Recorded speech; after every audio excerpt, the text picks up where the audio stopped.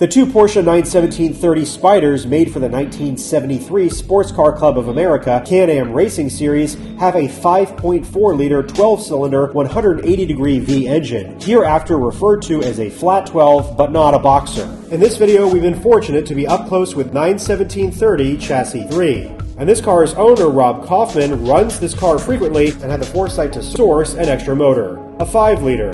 Let's take a closer look at this 917-30 engine. This flat 12 has a magnesium case with titanium connecting rods. It has dual overhead cams with magnesium camshaft housings, with a camshaft drive in the middle of each bank of pistons connecting to the center crankshaft gear, transferring power directly from crank to the cams. There are 12 individual cylinder heads made of cast aluminum. Atop the engine are 12 individual butterfly valves, and these black plastic lines are the mechanical fuel injection lines. The camshaft on the right drives the Bosch mechanical fuel injection pump.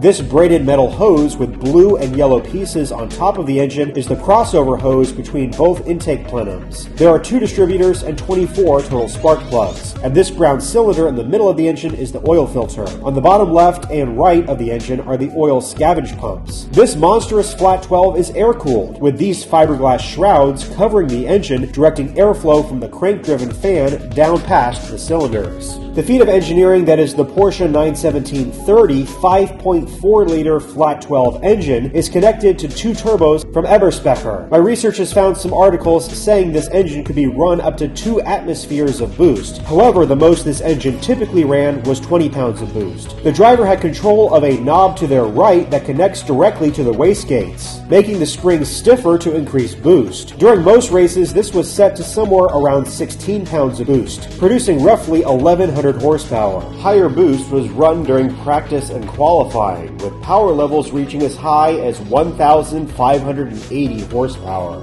This flat 12 could be run up to 8,000 RPM, relatively high for such a large engine, and the compression ratio is 6.5 to 1. The 5.4-liter had better response across a wider rev range than the naturally aspirated 5-liter that was in this car's predecessor, the 917-10. The 4-speed synchromesh gearbox is made of magnesium. With very long gears, you could stay in first gear all the way up to 99 miles per hour, and fourth gear is geared to do 220 miles per hour. Also made out of magnesium were the wheels. An additional use of cutting-edge materials included titanium screws, some of which were hollow to save weight. The 1,580 horsepower twin-turbo flat 12 and the 1973 Porsche 917-30 Can-Am Spyder understandably uses quite a lot of fuel. Compared to its predecessor, the 1972 Porsche 917-10, the 917-30 has a wider track and the wheelbase is 7.25 inches longer. This improved handling stability, but also allowed room to increase the size of the fuel tanks to a cumulative 105 gallons on board. There were no fuel stops allowed in SCCA Can-Am racing at the time, so Porsche fit 5 fuel tanks around the driver to feed the thirsty motor. 2 fuel tanks sit between the front and rear axles on either side of the driver, and the 5th tank is behind the driver.